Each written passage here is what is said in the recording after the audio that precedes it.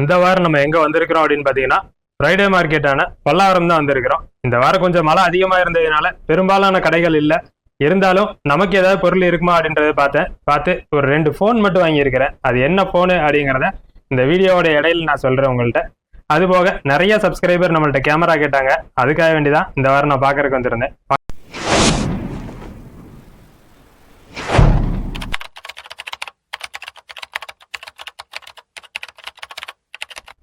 அப்படியே பார்க்கும்போது ஒரு கடையில் கொஞ்சம் கூட்டமாக இருந்தது. என்ன பொருள் இவங்க வச்சிருக்கிறாங்க அப்படி கூட்டமாக இருக்காங்களே அப்படின்ட்டு வந்து பார்த்தேன். அங்கே ஒரு எல்லோ கலரில் ஒரு ப்ராடக்ட் ஒன்று இருந்தது. இது என்னவா இருக்கும், மல்டிமீட்டராக இருக்கும் போல அப்படின்னு சொல்லிட்டு எடுத்து பார்த்தேன். பார்க்கையில் ஃபுல்லாக மலையில் நனைஞ்சிருந்துச்சு. அதில் டிஸ்பிளே ஒன்று இருந்தது. இது என்ன அப்படின்னு பார்க்கும்போது பின்னால் பார்த்தா பேட்டரியுமே இல்லாமல் இருந்துச்சு. சரி, இது என்ன ப்ராடக்டாக இருக்கும் அப்படின்னு பார்த்தேன். இது என்னன்னு கேட்டிங்கன்னா கேபிள் டிவியோடைய சிக்னல் எவ்வளோ கிடைக்குது அப்படிங்கிறத செக் பண்ணுறது தான். இதை எடுத்து பார்த்துட்டு இருக்கும்போது ஒருத்தர் கேட்டார், இது இவ்வளோ மலையில் நனைஞ்சிருக்கு, இதெல்லாம் ஒர்க் ஆகுமா அப்படின்னாரு.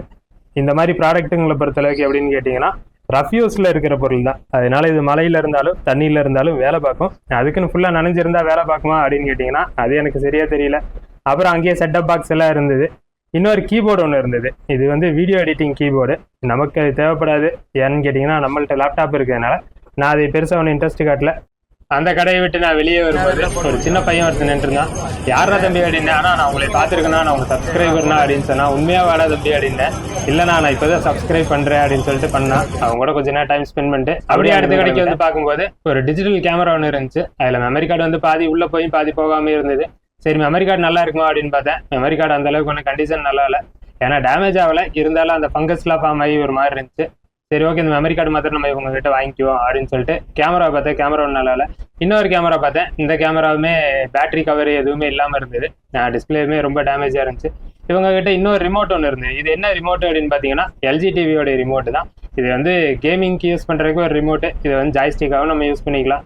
பார்க்குறதுக்கு நல்லா இருந்துச்சு. இதோடைய ப்ரைஸ் கேட்கலாம் அப்படின்னு யோசிச்சேன். கடைக்காரர் எங்கேயோ வெளியே போயிருந்தாரு அப்படின்றதுனால நான் இது ப்ரைஸும் பெருசாக கேட்டுக்கவே இல்லை.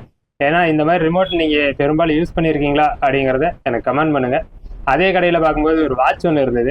இந்த வாட்ச் எல்லாம் டேகு பிரிக்காமல் நல்லாவே இருந்துச்சு. ஏன்னா கவரோடையே எல்லாமே போட்டு வச்சுருந்தாங்க. ஆனால் எதுவுமே ரன்னிங் கண்டிஷனில் இல்லை. பேட்டரி மாத்திரம் நீங்கள் எடுத்து மாற்றிக்கோங்க அப்படின்னாங்க. ப்ரைஸ் எவ்வளோ அப்படின்னு கேட்டேன். 200 300 வரும் அப்படின்னு சொன்னாங்க. கண்டிஷன் நல்லா இருந்தது. சரி, வாங்கலாமா வேண்டாமா அப்படின்னு யோசிச்சுட்டே இருந்தேன். சரி, ஓகே, இப்போதைக்கு நமக்கு அது தேவைப்படாது அப்படின்னு அங்கேருந்து கிளம்பிட்டேன். பக்கத்தில் இன்னொரு கடைக்கு வரும்போது ஒருத்தர் டிஜிட்டல் கேமரா வச்சிருந்தாரு. அந்த கேமரா எடுத்து கொடுங்கண்ணா அப்படின்னு கேட்டிருந்தேன். அவர் எடுத்து கொடுத்தாரு. இது ஒர்க்கிங்கில் இல்லை தம்பி அப்படின்னு தான் சொல்லி தான் கொடுத்தாரு. அதை வாங்கி பார்க்கும்போது பின்னால் டிஸ்பிளே எல்லாமே உடஞ்சதே இருந்தது. அது மட்டும் இல்லாமல் பேட்டரி கவர் எதுவுமே இல்லாமல் இருந்தது. சரி, ஓகே, எதுவுமே நமக்கு தேவைப்படாது அப்படின்றதுனால அதை அங்கேயே கொடுத்துட்டு கிளம்பிட்டேன். அடுத்து இன்னொரு கடையில் பார்க்கும்போது டிவிஆர் மாதிரி இருந்துச்சு. இது என்ன அப்படின்னு எடுத்து பார்த்தேன். அது கடைசியில் பார்த்தா அது ஒரு செட்டப் பாக்ஸு. சரி, இது ரொம்ப இதாக இருந்தது, மலையில எல்லாம் நனைஞ்சு. ஆனால் ஃபுல் பாக்ஸ் கிட்டோட வச்சிருந்தாரு. உங்களுக்கு யாருக்காவது வேணும் அப்படின்னா வாங்கிக்கோங்க. பக்கத்தில் இன்னொரு கடையில் பார்க்கல டாய்ஸ் வச்சுருந்தாங்க. இது எவ்வளோ அப்படின்னு கேட்டேன். 100 ரூபா வரும் அப்படின்னு சொன்னாங்க. நான் 2 அண்ணா எடுத்துகிட்டு எனக்கு 100 ரூபாய்க்கு தருவீங்களா அப்படின்னேன். இல்லை, மழை பெய்யறதுனால நாங்களே வியாபாரம் இல்லாமல் இருக்கிறோம், அவ்வளோ கம்மியாக தர முடியாது அப்படின்னு சொன்னாங்க. சரிண்ணா, அப்போ நான் 3 அண்ணா எடுத்துக்கிறேன், எனக்கு ஏதாவது ப்ரைஸ் கம்மி பண்ணி கொடுங்க அப்படின்னேன். இல்லைண்ணா, ரொம்ப ரேட் கம்மியாக இருக்கிற மாதிரி இருக்குது, மழைன்றதுனால நாங்கள் ப்ரைஸ் எதையுமே கம்மி பண்ணல அப்படின்னு சொன்னார். சரி, ஓகே அப்படின்னு சொல்லிட்டு அது அங்கே வச்சுட்டு பக்கத்து கடைக்கு வந்தேன்.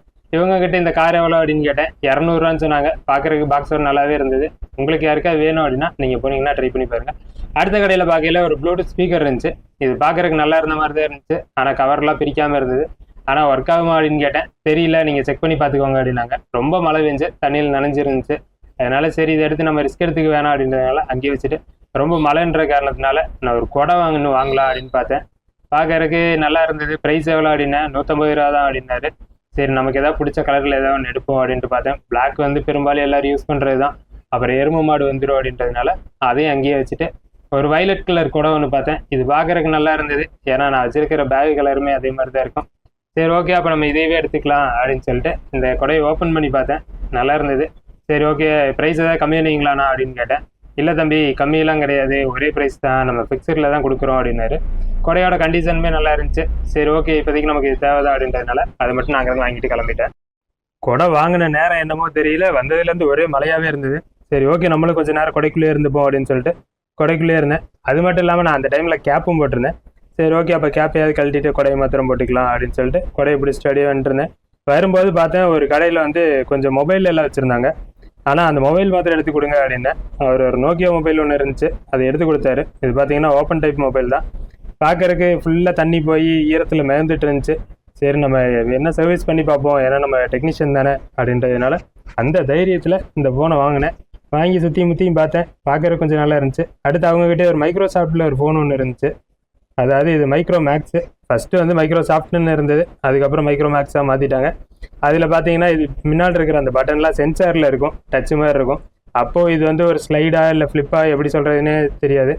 இது ஒரு நல்ல டிசைனில் இருந்த ஒரு ஃபோன் தான். உள்ளுக்குள்ளே பார்த்தீங்கன்னா கீபோர்டெலாம் நிறைய கீபோர்டு இருக்கும். ஆனால் இது ப்ரைஸை கம்மியானுங்க அப்படின்னு சொன்னேன். இல்லை தம்பி ஒரே ப்ரைஸ் தான் அப்படின்னு சொன்னார். இது என்ன ப்ரைஸுக்கு நான் வாங்கியிருப்பேன் அப்படின்னு உங்கள் யாருக்காவது தெரிஞ்சுன்னா கமெண்ட் பண்ணுங்கள். ஏன்னா நான் ரொம்ப நேரம் அவர்கிட்ட இன்னும் கிட்டத்தட்ட ப்ரைஸ் கம்மியான்றக்க வேண்டி பேசிகிட்டே இருந்தேன். அதுக்கப்புறம் அவர்கிட்ட ப்ரைஸ் கம்மியானி வாங்கிட்டு வந்துட்டேன். பக்கத்தில் பார்க்கும்போது ஒரு பைனாக்குலர் வந்துட்டு இருந்துச்சு. ஆனால் இதில் பார்த்தீங்கன்னா பார்க்குற லென்ஸும் ஒரு பக்கம் உடஞ்சிருந்துச்சு, இதில் இன்னொரு பக்கம் உடஞ்சிருந்துச்சு. அதாவது ஒரு கண்ணும் இன்னொரு கண்ணு, ரெண்டு கண்ணுமே எந்த கண்ணுமே நல்லா இல்லாத மாதிரி இருந்துச்சு. இது போல் இன்ட்ரெஸ்டான வீடியோஸ் உங்களுக்கு பார்க்கணும்னு நினச்சா நம்ம சேனலை ஃபாலோ பண்ணிக்கோங்க. இந்த வீடியோ பிடிச்சிருந்தா ஒரு லைக் பண்ணிடுங்க.